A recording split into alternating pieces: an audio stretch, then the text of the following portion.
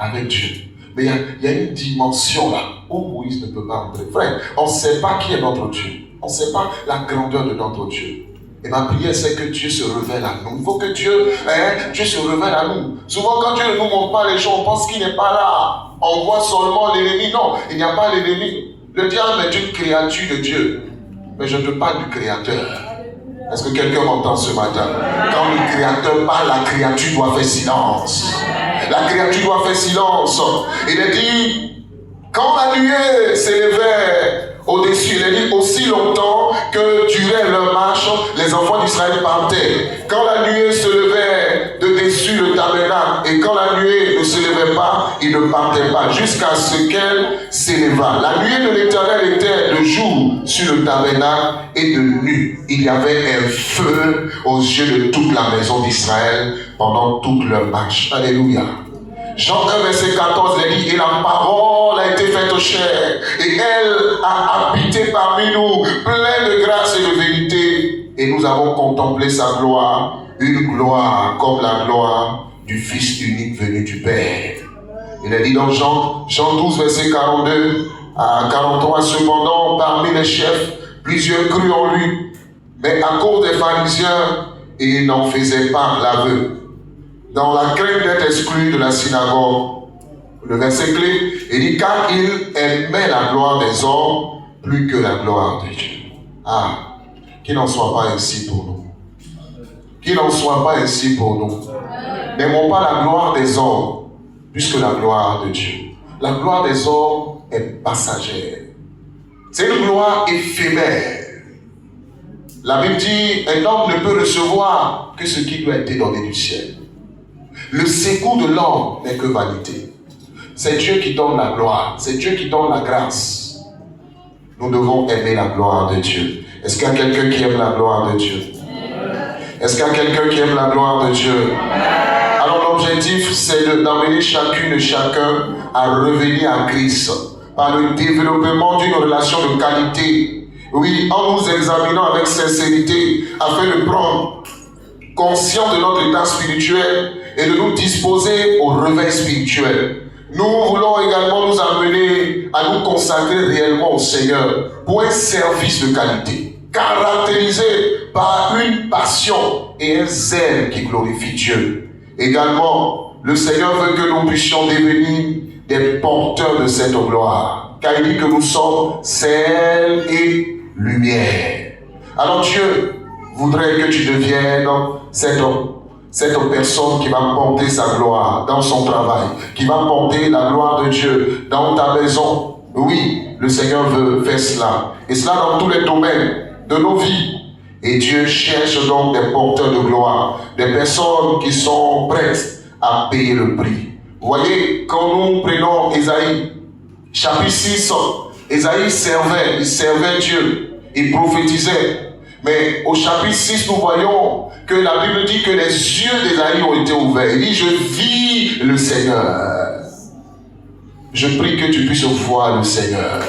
Est-ce que tu crois même que toi, tu peux voir le Seigneur? Non. Est-ce que tu crois que toi, tu peux voir le Seigneur? Vous savez, quand on prêche, il faut que notre esprit accepte. Parce que la Bible dit, soyez transformés par le renouvellement de l'intelligence. Souvent, le diable bloque ici. Non, moi comme ça. Toi comme ça, là, Dieu dit, il va te visiter, tu vas le voir. Tu crois ou tu ne crois pas? Il faut croire. Le Seigneur n'a pas demandé ta sainteté. Dieu fait grâce à qui il veut. Dieu a fait grâce à Marie. Dieu peut te faire grâce. Est-ce qu'il y a quelqu'un qui veut la grâce de Dieu dans sa vie? Parce que si on ne croit pas là, ça ne marche pas. Ce n'est pas magique. Il faut croire. Il faut dire que Dieu m'aime. Dieu m'aime aussi. Est-ce que quelqu'un peut dire Dieu m'aime aussi? Dieu ne t'aime pas parce que tu fais de bonnes choses. Non. Dieu t'aime tel que tu es. Et il fait grâce à qui il veut. Il n'a pas de compte à rendre à qui que ce soit. La Bible dit, tout est possible à celui qui croit. Mais si toi tu ne crois pas, tout sera impossible pour toi. Alors bien aimé, ce thème est un thème important. Un thème capital qui tient au cœur de Dieu. Car notre bonheur y dépend. Ce sujet sera donc l'objet de notre méditation et préoccupation tout au long de cette semaine.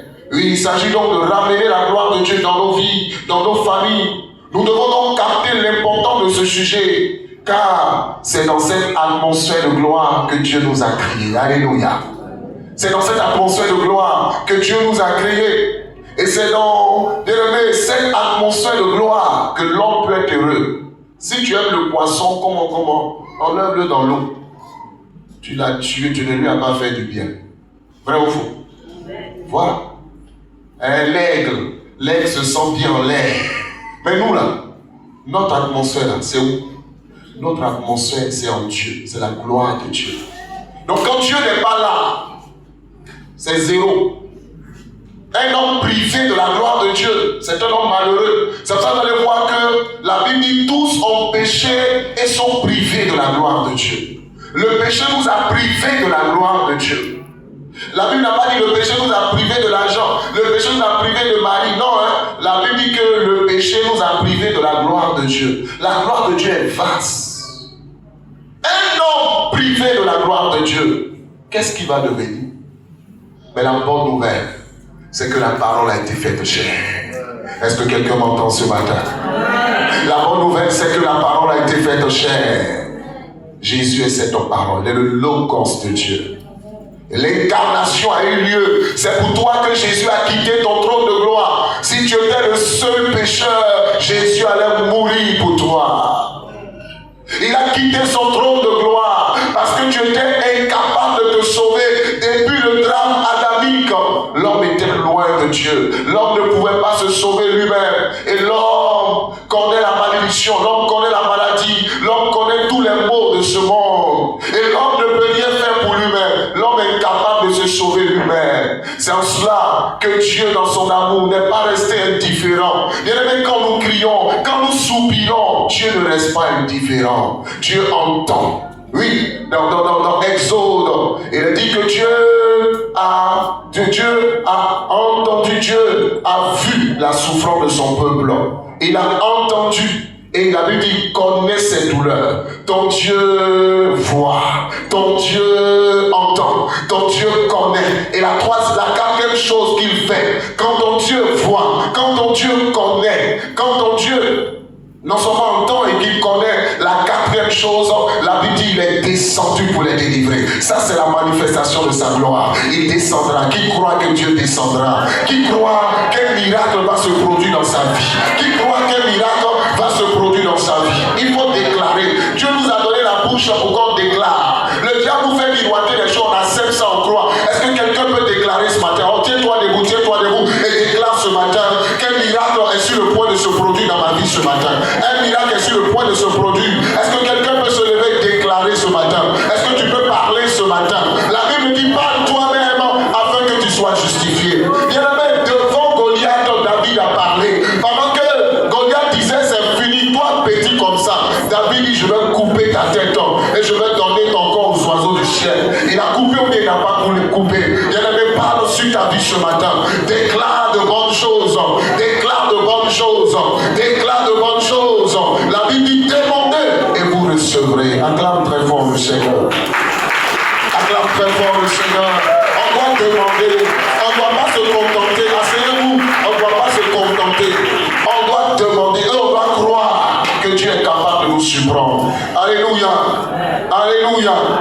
Alors, bien aimé, le Seigneur est venu et il a manifesté sa gloire.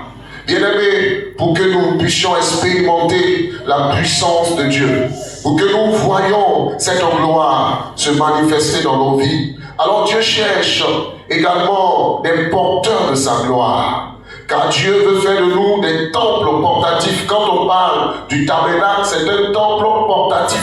Un temple qui se déplace. Aujourd'hui, nous sommes ces temples portatifs. Est-ce que tu crois? Nous sommes ces temples portatifs. Le temple, c'est pas ici, frère. Le temple, c'est toi. Le temple, c'est moi. Et si toi, tu es enflammé, si la gloire de Dieu est sur toi, quand on va venir ici, on n'a pas besoin de faire beaucoup de choses. Cette gloire va embraser. Est-ce qu'on croit? Est-ce qu'on croit? C'est pour ça que Dieu veut restaurer sa présence dans ta vie. Dieu veut restaurer sa présence dans ton cœur. Tu es ce temple-là. Fais-toi. Peut-être tu diras, je suis un homme. Oui, c'est comme ça. Le tabernacle, le tabernacle avait été fait avec des choses, du matériel au plan humain. Mais ce qui faisait la différence, c'est la gloire de Dieu.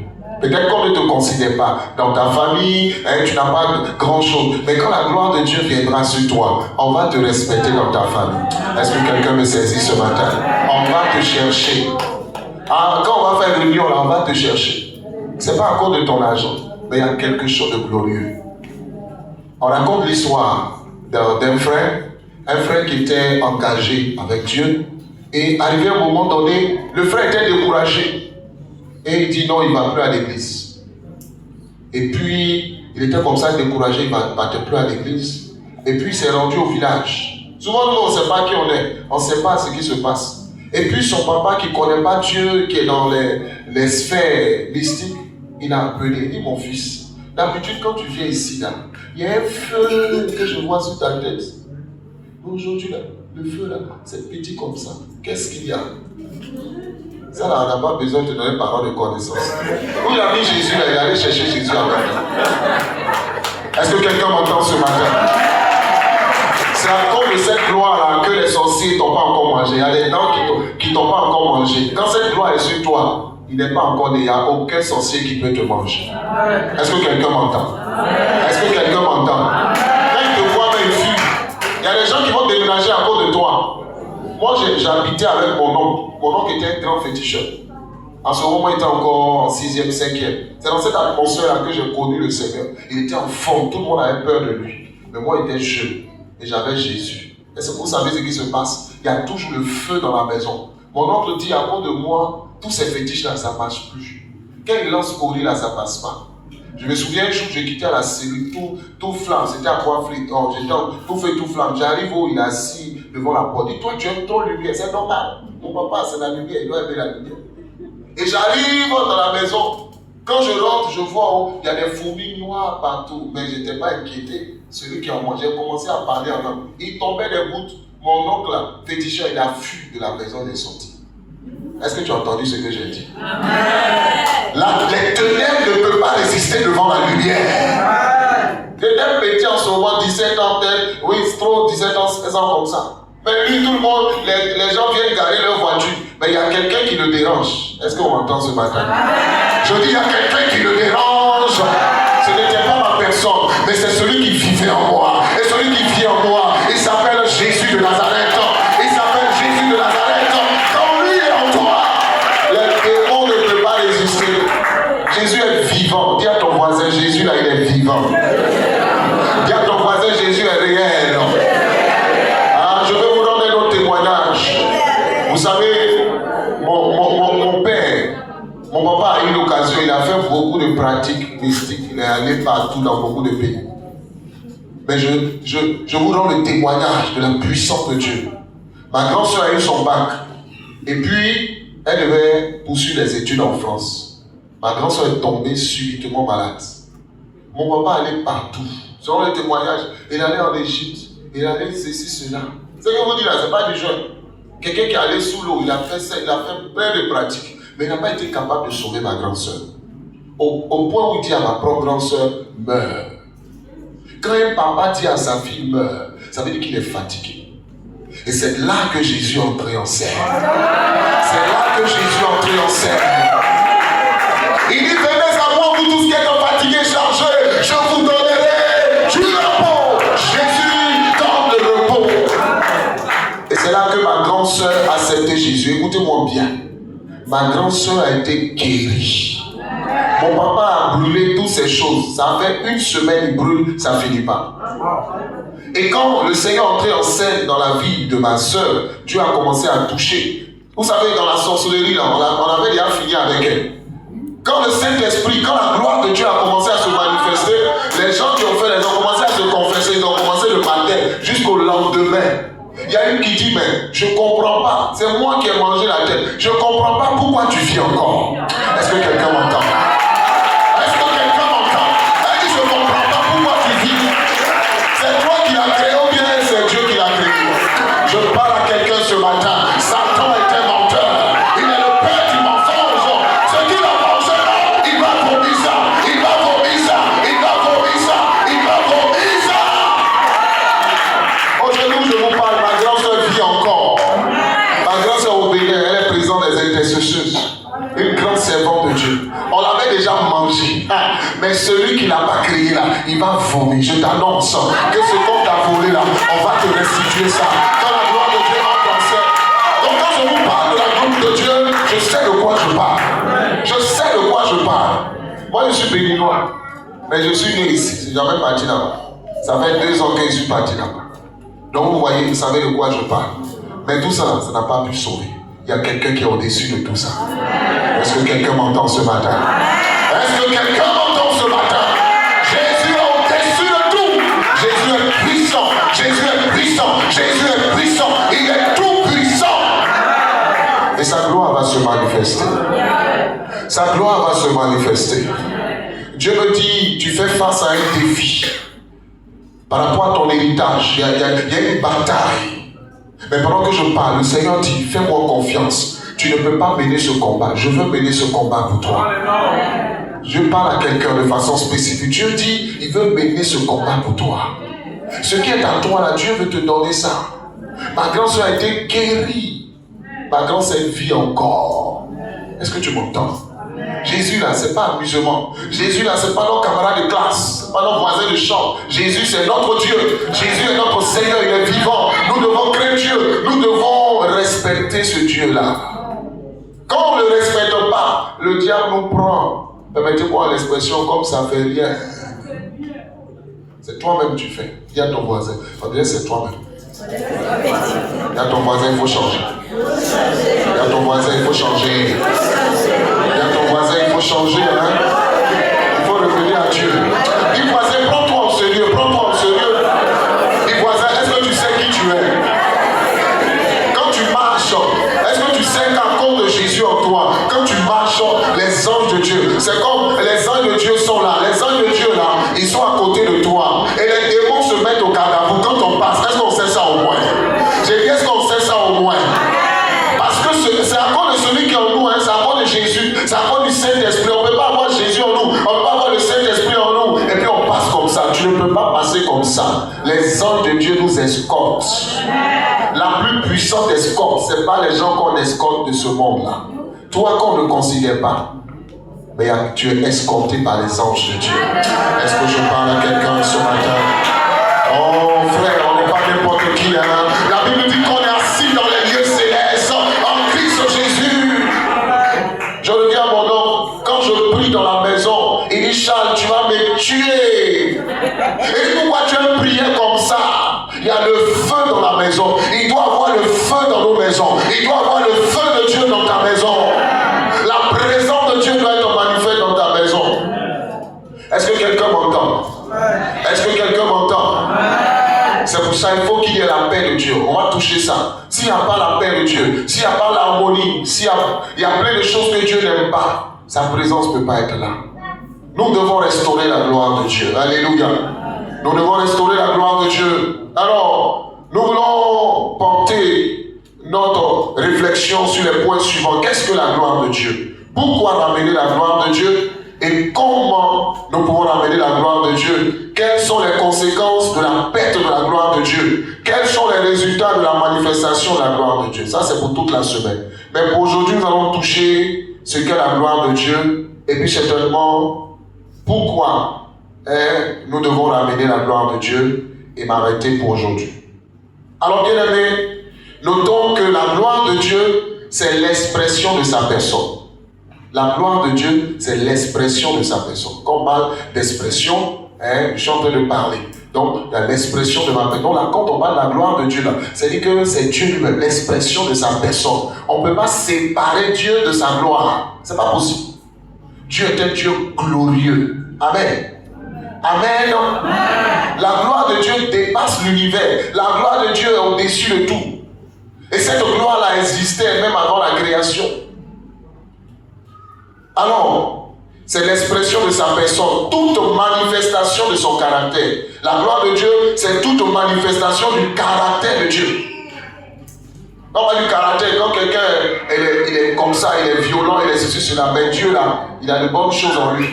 Alors, il agit. Toute manifestation de ses attributs dans le monde et dans l'univers. Donc quand on parle de la gloire de Dieu, c'est l'expression de sa personne. C'est toute manifestation de son caractère. Toute manifestation de ses attributs. de ses attributs dans le monde, dans l'univers et dans tout ce que nous voyons. Alors, quels sont les principaux attributs de Dieu? Quand on parle des attributs de Dieu, il y a son omnipotence. Dieu est omnipotent. Ça veut dire qu'il est tout puissant. Il est tout puissant. Donc, vous voyez, dans la gloire de Dieu, sa toute puissance se manifeste. Dans la gloire de Dieu, il déploie sa puissance pour rendre l'impossible possible. Il y a son omniscience. Il sait toutes choses d'avance. Lui, il sait ce qui va arriver dans 2 ans. Il sait ce qui va arriver après le culte. Il sait tout. Mais le diable ne sait pas tout. Est-ce qu'on sait ça au moins? Le diable ne sait pas tout. Souvent, c'est nous qu'on donne l'information au diable. Le diable ne sait pas tout. Le diable est créature. Il ne sait pas tout. Dieu seul est omnipotent. Dieu seul est omniscient. Et Dieu seul est omniprésent. Amen. Quand on dit omniprésent, il est présent partout. Dieu n'a pas besoin qu'on lui donne des informations. Il sait tout. Il connaît le nombre de nos cheveux. Il te connaît. Il sait ce qui s'est passé tout au long de cette semaine. Ce qui est caché, Dieu sait tout. Une personne comme ça, on ne doit pas le craindre. On ne doit pas avoir peur. Je parle de la crainte. Je ne parle pas de une peur. On doit le craindre. On doit l'honorer. Vous voyez? Donc, l'omnipotence de Dieu, l'omniprésence de Dieu, l'omniscience de Dieu, et puis son éternité. Le Dieu est éternel. Il n'a ni commencement ni fin. Et puis son immuabilité. C'est-à-dire, il ne change pas. Dieu ne change pas. La Bible dit dans le psaume 84, Dieu est un soleil. Le soleil ne bouge pas. C'est la terre qui tourne autour du soleil. Dans ce sens, Dieu est fixe. Dieu ne change pas. C'est Dieu seul qui ne change pas. Tout le reste peut changer. Est-ce que quelqu'un m'entend ce matin? Ta situation peut changer. Ceux qui ont dit non, aujourd'hui, elle peut dire oui. C'est Dieu seul qui ne change pas. Tout le reste peut changer. Est-ce que quelqu'un me saisit ce matin? Ton patron qui a dit non, la promotion que tu dois avoir, on dit non. Il va changer. Il est capable, il va changer de bouche, il va changer de parole. Est-ce que quelqu'un me saisit ce matin? Est-ce que quelqu'un me saisit ce matin? Ils ont dit non. Mais quand Dieu va entrer en scène, ils vont dire oui. Quand Dieu va entrer en scène, ils vont dire oui. Dieu ne change pas. Et sa sainteté, Dieu est saint. Saint est l'éternel des armées. Dieu est saint. C'est pourquoi si nous voulons que la gloire de Dieu se manifeste, nous devons ramener la sainteté de Dieu. Nous devons nous sanctifier. Nous devons abandonner. Dieu nous a donné une robe blanche, mais nous avons tacheté la robe. Quand il y a des taches sur la robe, nous attirons les démons, nous attirons les puissants des ténèbres. Mais il n'y a que le sang de Jésus qui peut laver ta robe. Il n'y a que le sang de Jésus qui peut laver ta robe. Dieu veut que notre robe soit blanche. Dieu est saint. Et si nous sommes les enfants de Dieu, nous devons ressembler à notre Père. Nous devons marcher dans la sainteté. Quand Ésaïe a vu la sainteté de Dieu, il se jette. Frère, quand on est confronté à la sainteté de Dieu, là, il n'y a pas fait de diable, il n'y a pas fait de pasteur, il n'y a pas ça dans la sainteté de Dieu. Quand la sainteté de Dieu commence à se manifester, Ésaïe était un grand prophète, mais le voici à terre. Quand on est devant Dieu, là, il n'y a pas grand. Quand on est devant Dieu, on se prosterne, on s'humilie. Devant Dieu, nos orgueils sont brisés. La sainteté de Dieu. Un homme saint est une âme redoutable dans les mains de Dieu. Nous devons nous sanctifier. Nous devons nous sanctifier. Et le sang de Jésus est efficace pour nous laver, pour nous sanctifier. Bien-aimé, il y a son amour, l'amour de Dieu. Waouh! Tout ça, ce sont ses attributs. Donc, quand on parle de gloire de Dieu, dans la gloire de Dieu, tu peux voir son omnipotence, son omniscience, son omniprésence, son éternité, son immuabilité. C'est-à-dire le fait qu'il ne change pas sa sainteté, son amour et sa bonté. Les bontés de l'Éternel ne sont pas épuisées. Ses compassions, elles ne sont pas en un terme. Mais je dis, se renouvelle chaque matin. Ce matin même, les bontés de Dieu se sont renouvelées pour toi. Tu prends ou bien tu prends pas. Tu prends ou bien tu prends pas. Les bontés de Dieu se sont renouvelées pour toi. Les bontés de Dieu ne sont pas épuisées. C'est pas encore fini. Il y en a encore. Dis à ton voisin, il y en a encore. Dis à ton voisin, il y en a en abondance encore. Les bontés de Dieu ne sont pas épuisées. Sa justice. Dieu est un Dieu juste. Yahvé Tiskenu. Il est un Dieu juste.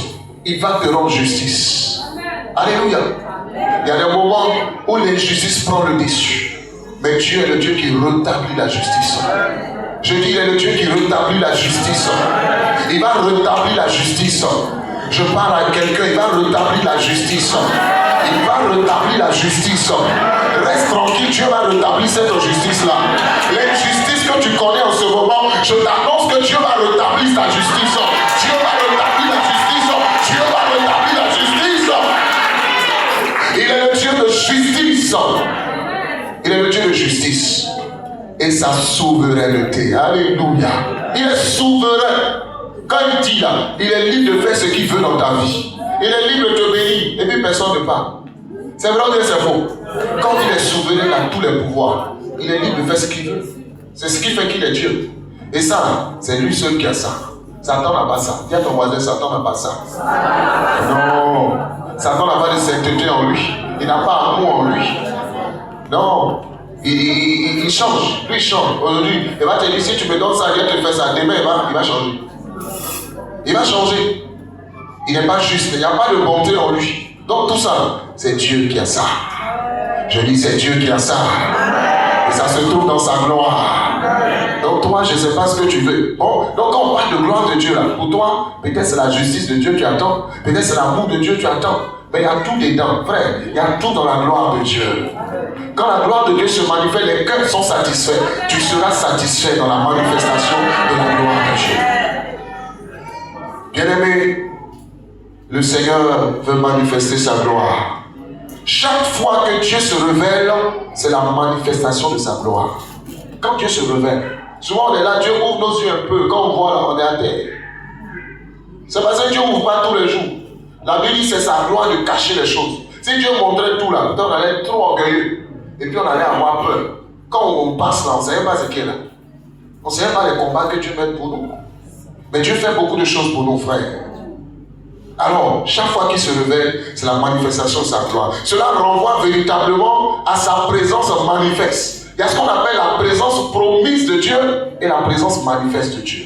Dieu dit cela avec nous, mais on voit qu'il est avec nous, on l'expérimente. On doit passer de la présence promise à la présence manifeste de Dieu. Dans ton foyer, dans ta maison, dans ta vie spirituelle, tu vois la présence de Dieu. Tu vois la présence de Dieu et ça te conduit à aller de gloire en gloire. Alors bien aimé, il y a une vérité que je voudrais que tu soulignes. Tu as été conçu pour la gloire de Dieu. Nous avons été conçus pour la gloire de Dieu. Oui, nous devons savoir que nous avons été conçus pour la gloire de Dieu. La gloire de Dieu est un don pour l'humanité. C'est l'héritage de chaque enfant de Dieu. Est-ce que tu sais que la gloire de Dieu, c'est ton héritage? La gloire de Dieu. Jésus a dit, je leur ai donné la gloire que tu m'as donnée. Jésus t'a donné ça. Jésus t'a donné ça. Tu as ça. Ça doit se manifester maintenant. Ça doit se manifester maintenant. La gloire de Dieu est là. Alors bien aimé, quand nous pénétrons dans la gloire de Dieu, nous demeurons dans sa présence. Nous recevons son amour et sa grâce. Nous comprenons son cœur. Nous connaissons de sa volonté et nous faisons l'expérience de sa divine puissance. Bien aimé, c'est cette puissance qui transforme les vies. C'est cette puissance qui sauve. C'est cette puissance qui guérit. C'est cette puissance qui accomplit des miracles. C'est cette puissance qui accomplit des prodiges et qui révèle la majesté de Dieu. Et pourtant, plusieurs chrétiens s'en ont privés volontairement. Si la gloire de Dieu n'est pas manifeste, ce n'est pas la faute de Dieu, c'est nous. Soit on est ignorant. Vous voyez, quand on prend le téléphone, sur le téléphone, on peut faire beaucoup de choses. Mais les gens, quand ils prennent le téléphone, c'est allô seulement. Tout le reste, ça ne les intéresse pas. Est-ce que c'est la faute de celui qui a fabriqué le téléphone ou bien le réseau? Est-ce que c'est sa faute? Est-ce que c'est sa faute? Donc répondez-moi, est-ce que c'est sa faute? Non. L'ignorance. Quand on est dans les ténèbres, on ne comprend pas. Je prie que Dieu nous sorte des ténèbres. Que Dieu nous envoie la lumière. Et c'est ce qui bloque les choses de Dieu, les choses dans nos vies. Alors, bien aimé, que signifie ramener la gloire de Dieu dans la famille? La famille, c'est beaucoup de choses. La famille spirituelle, l'église est une famille. Nous sommes une famille. Dieu veut se faire une famille éternelle, une famille universelle. L'Église est la grande famille. Les autres familles biologiques vont passer, mais la famille qui va rester éternelle là, c'est l'Église du Seigneur. Est-ce que quelqu'un m'entend? Donc quand on parle de restaurer la gloire de Dieu, ça commence dans l'Église. Et l'Église, c'est toi et moi. Tu es d'accord? Et puis après, papa, maman. Ou bien papa, maman et puis les enfants. À la maison, au travail, même dans nos familles biologiques. Donc quand on parle de famille là, c'est vaste. C'est pour ça qu'il dit, ça nous concerne nous tous.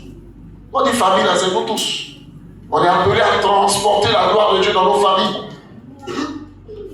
Donc, ramener la gloire de Dieu, c'est restaurer la présence manifeste de Dieu. Restaurer la présence manifeste de Dieu parmi son peuple. La présence manifeste de Dieu dans l'église. Je vous assure, un jour on était au culte. Non, c'était un culte du soir. Et puis on chantait un chant.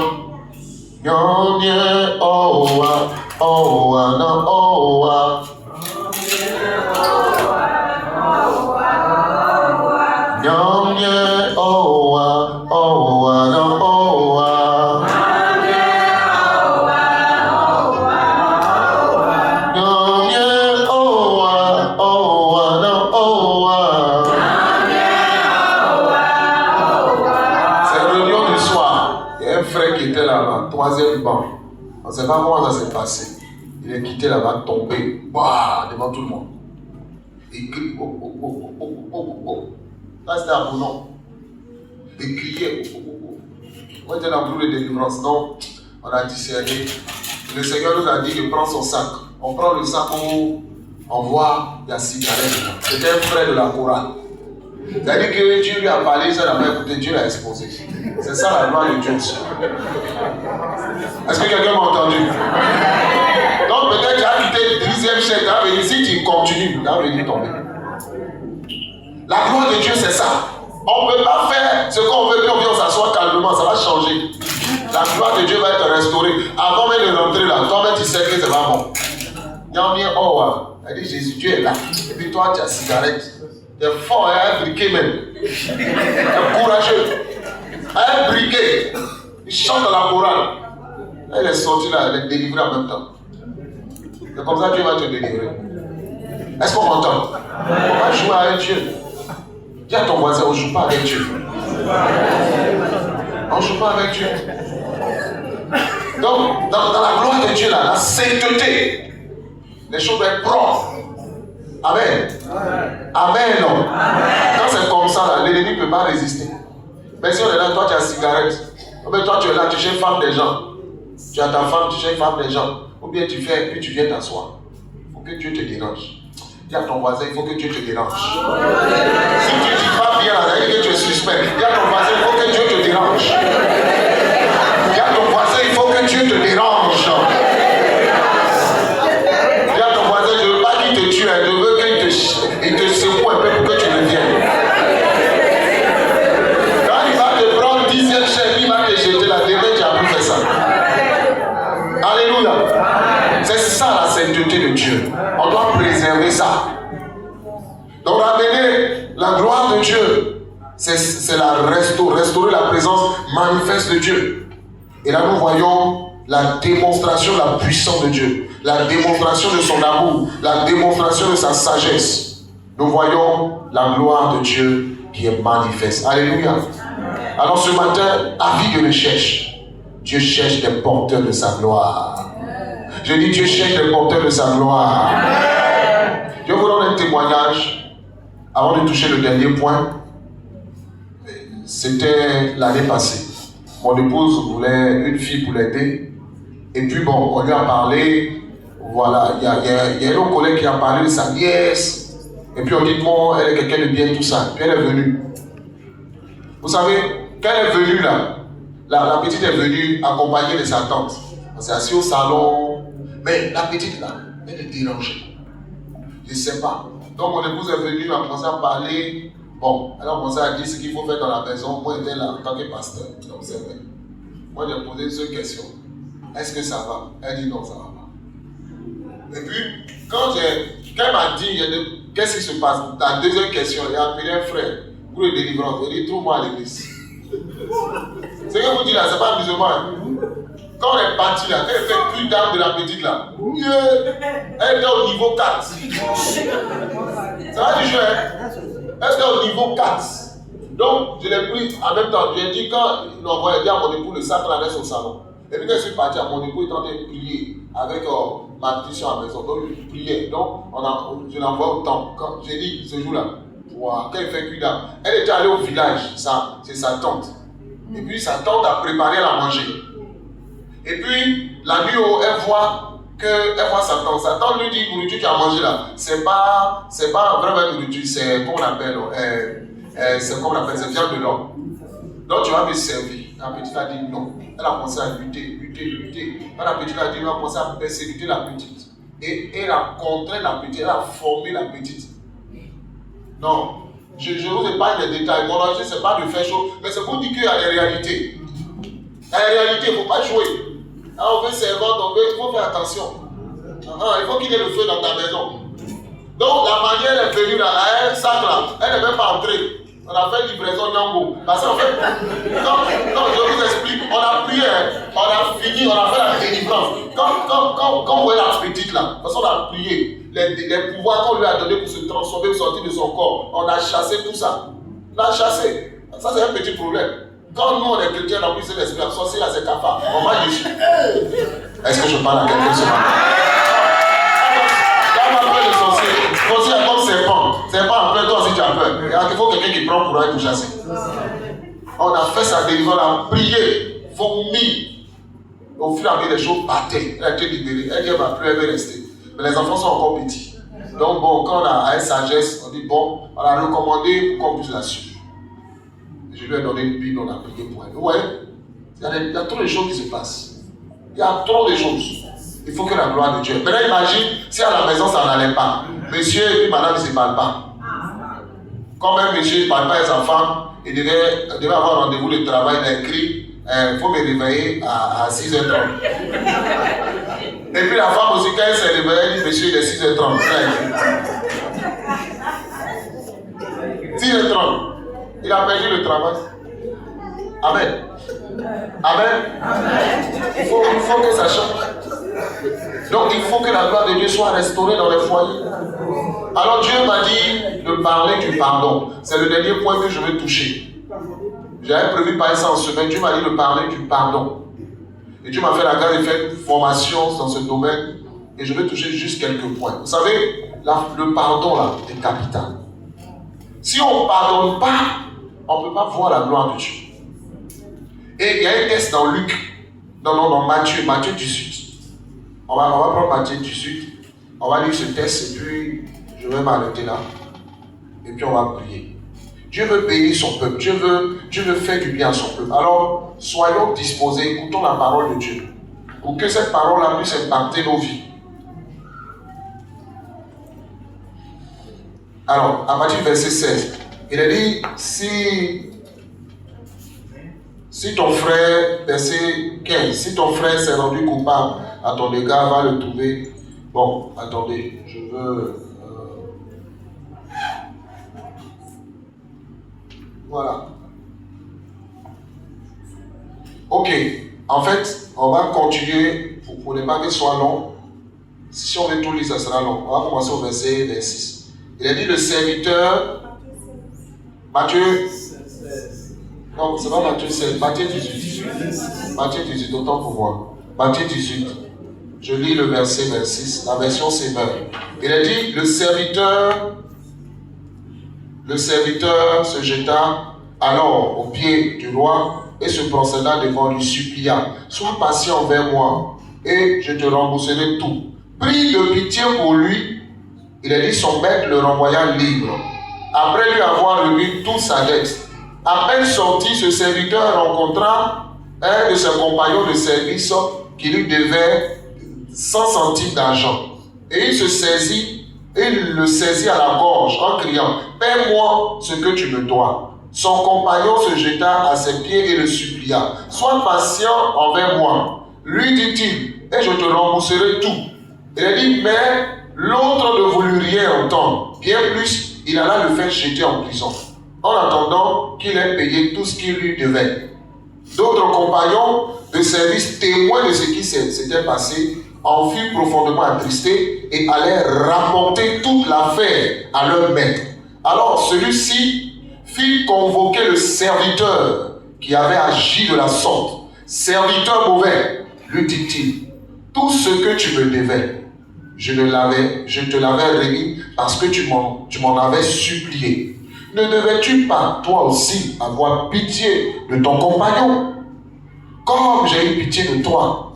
Et dans sa colère, son maître le livra au bourreau, et il dit, jusqu'à ce qu'il ait remboursé toute sa dette. Voilà comment mon Père Céleste vous traitera, vous aussi, si chacun de vous ne pardonne pas du fond de son cœur à son frère. Amen. Donc, voyez un peu l'histoire. Quelqu'un, tu dois 100 millions à quelqu'un. Et puis la personne veut te mettre en prison. Tu demandes pardon. La personne te laisse. Maintenant, toi, quelqu'un te doit 100 000. Et pour ça, tu jettes la personne en prison. La personne te supplie comme toi tu as supplié. Et tu refuses. Donc, vous voyez, dans le principe du pardon, Dieu dit, si on ne pardonne pas, on sera livré au bourreau. Et dans l'expression livré au bourreau, ça veut dire qu'on sera tourmenté. Quelqu'un qui refuse de pardonner à son mari, à sa femme, à ses enfants, ou bien à son patron, même à l'église, à ses responsables. On peut même fâcher comme le pasteur, il ne sait même pas. Comme la femme du pasteur, comme les responsables. On ne sait même pas. Tu es fâché, tu es dans ton coin. Dieu dit, si tu ne pardonnes pas, tu seras tourmenté. Il y a des maladies là, c'est lié au manque de pardon. Est-ce que quelqu'un me saisit? Dieu me fait du bien. Il faut libérer ton cœur. Il faut accepter de pardonner. Alors, dans les principes du pardon, la première chose, quand on veut pardonner, les conditions, 5 conditions d'un pardon durable. La première condition, c'est d'ouvrir son cœur. Tant que ton cœur est fermé, tu ne peux pas pardonner. Il faut que tu ouvres ton cœur.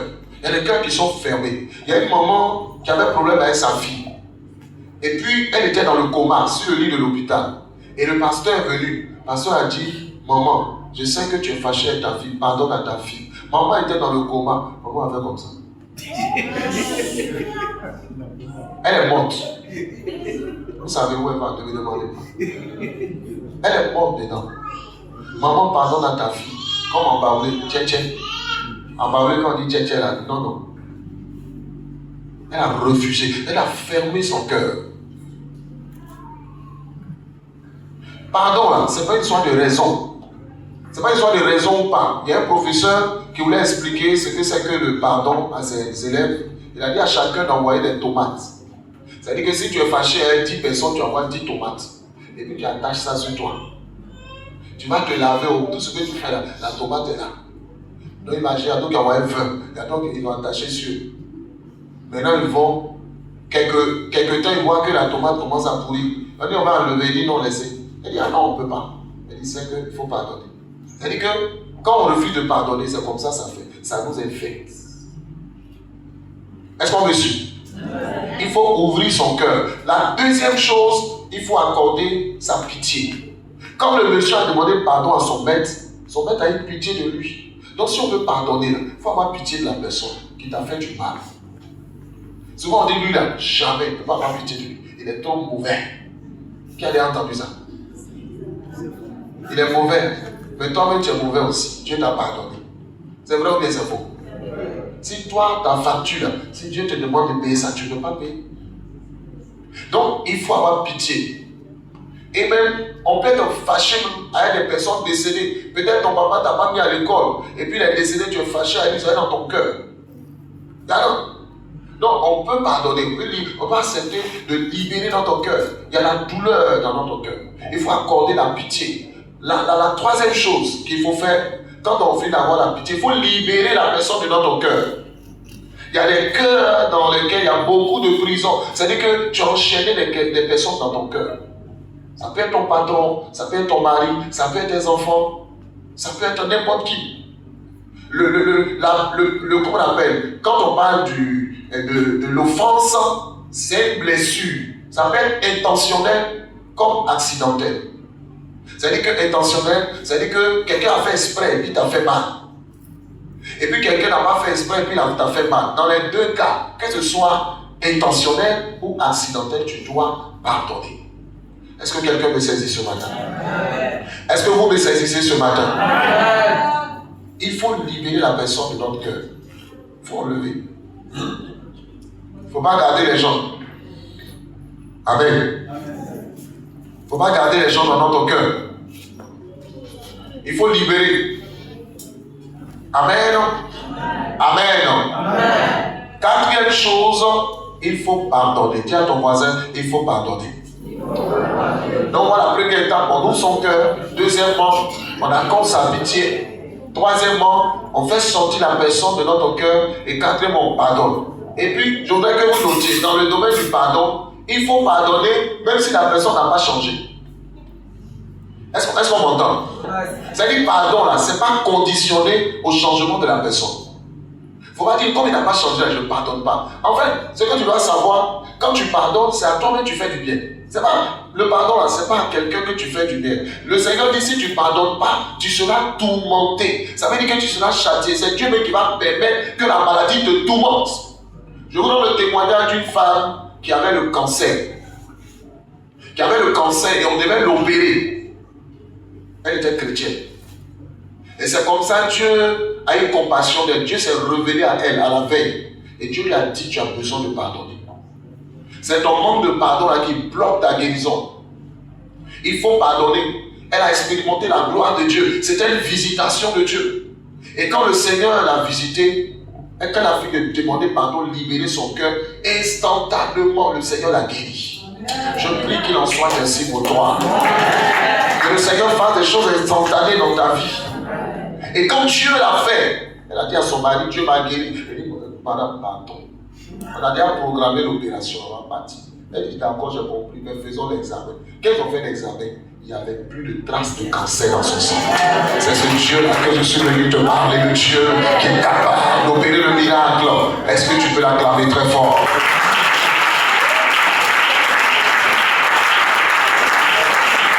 Est-ce que tu peux l'acclamer très fort?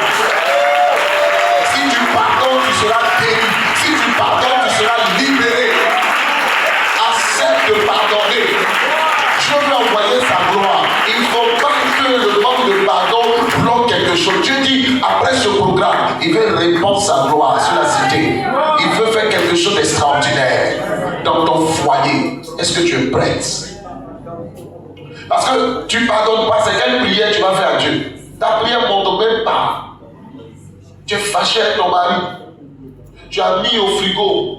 C'est congelé. Dès 2 ans, 3 ans. Il faut aller m'enlever ça. Est-ce que quelqu'un m'entend? C'est pour toi. Souvent, on pense que quand on pardonne là, c'est aux gens. Non, il sera trop content. Il ne mérite pas ça. Frère, c'est pas bon, c'est faux. C'est à toi-même que tu fais du bien. Alléluia. 5e chose pour terminer. Donc, on voit que le pardon n'est pas conditionné, hein, que la personne est restituée ou non, que la personne est changée ou non. Ça n'a rien à voir. Tu dois pardonner. Et puis, l'autre chose, que la personne ait demandé pardon ou non. Le Seigneur n'a pas dit que la personne vient demander pardon. Que même si la personne ne t'a pas demandé pardon, toi seul tu dis, Seigneur, ce que le frère a fait là me fait mal. Ce que mon mari a fait là, ça me fait mal. Il ne connaît pas, je souffre, mais je me décharge sur toi. Libère mon cœur. Je veux laisser tomber. Amen. Amen. Amen. Ce que mon patron a fait là, ça me fait mal. Tu parles à Dieu. Seigneur, libère mon cœur. Seigneur, guéris mon cœur. Et Dieu le fait. Donc, il ne faut pas attendre que la personne demande pardon. Si tu veux attendre qu'on te demande pardon, ça ne va pas marcher. Il faut laisser.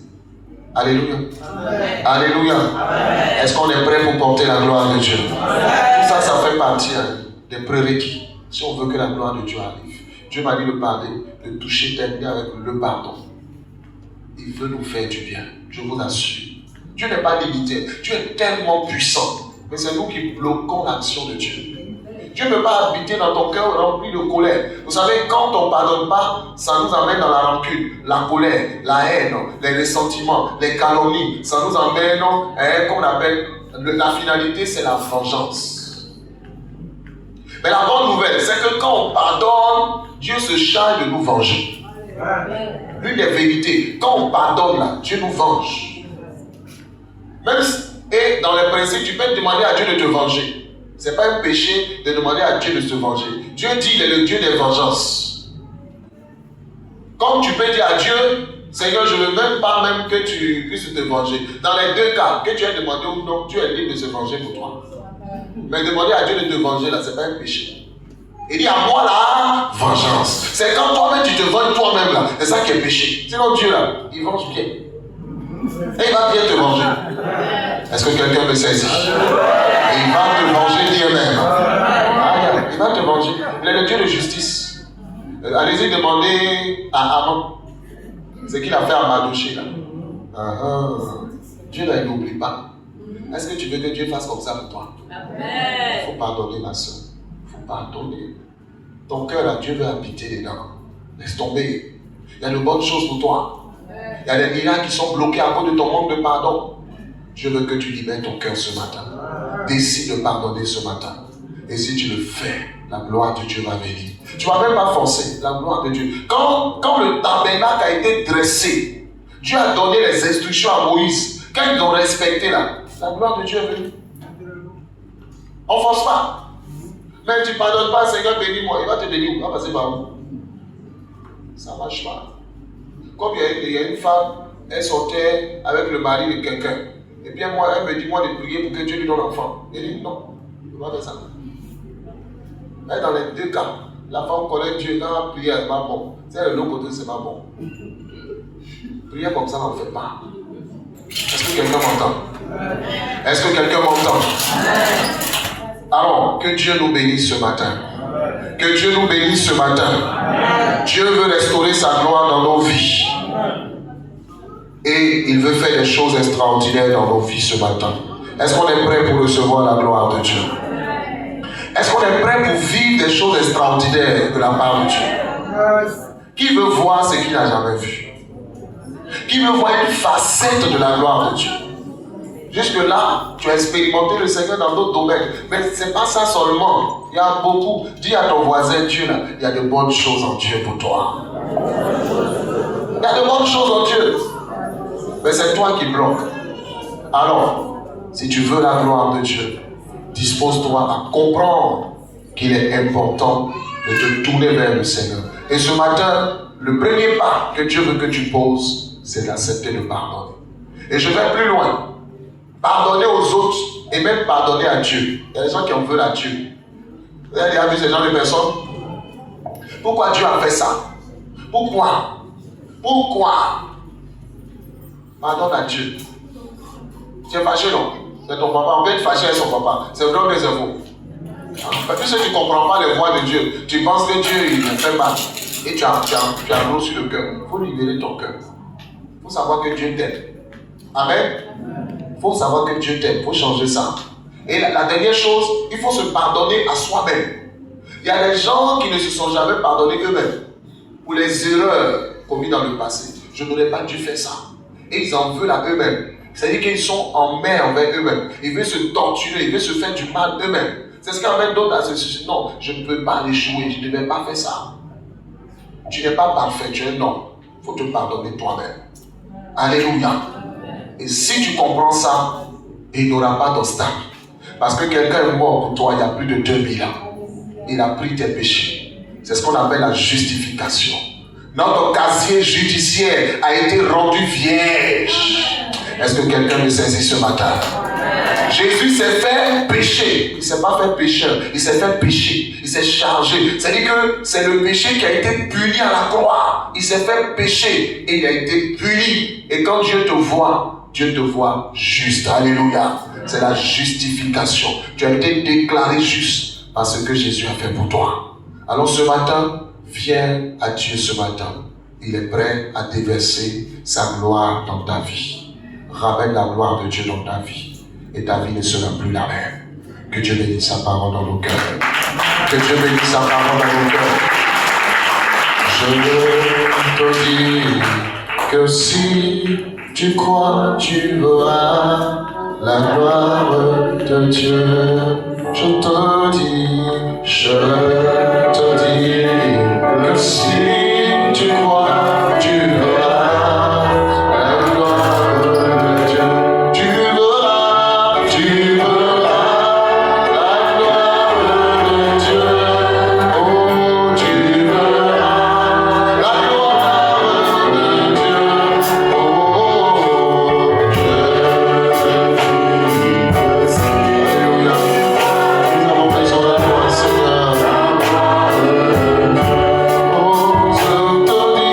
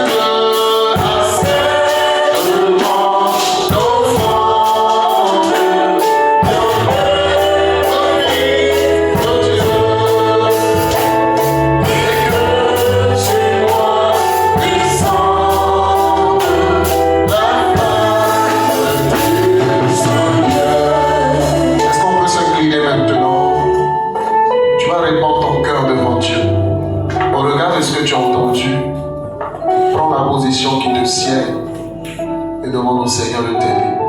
Si tu vois que ton cœur est chargé, tu as besoin de pardonner, tu as un gros sur le cœur, réponds-toi ce matin. Frère, approchons-nous du Seigneur. Des cœurs sincères. Je veux que tout le monde parle à Dieu. Laisse le Saint-Esprit t'éclairer, te convaincre. Là où tu es loin de Dieu, en ce qui concerne le pardon ou tout péché dans lequel tu es. Ce matin, Dieu veut te faire du bien.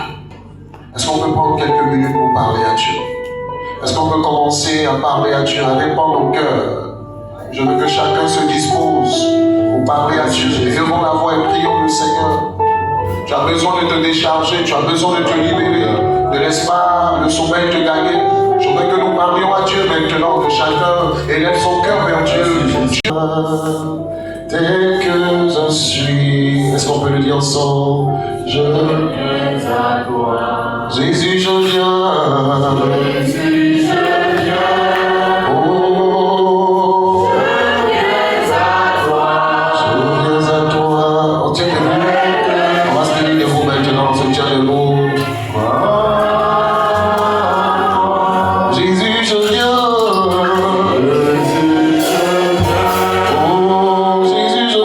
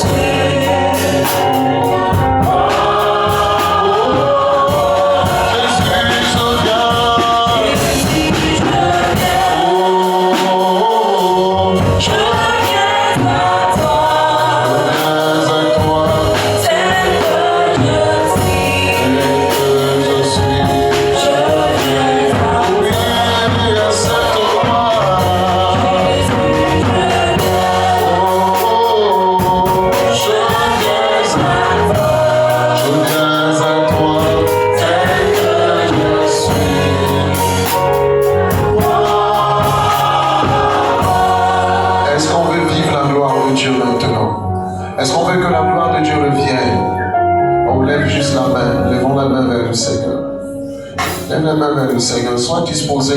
La gloire de Dieu va revenir. Dieu veut ramener sa gloire.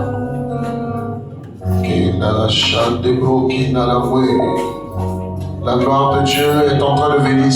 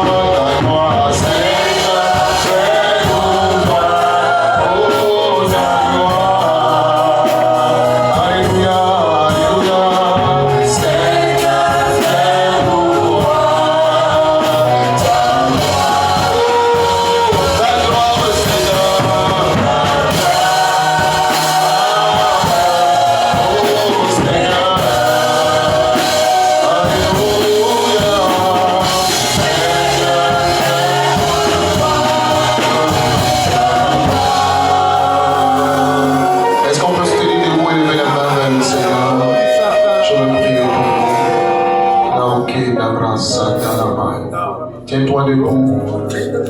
Tiens-toi debout. Le Seigneur m'avait mis à cœur de prier pour les malades et son serviteur l'a anticipé. Et je crois que Dieu a l'œuvre. Si tu es malade, crois que le Seigneur te guérit ce matin. Oh, lève les mains vers le Seigneur. Je veux que tu t'abandonnes simplement.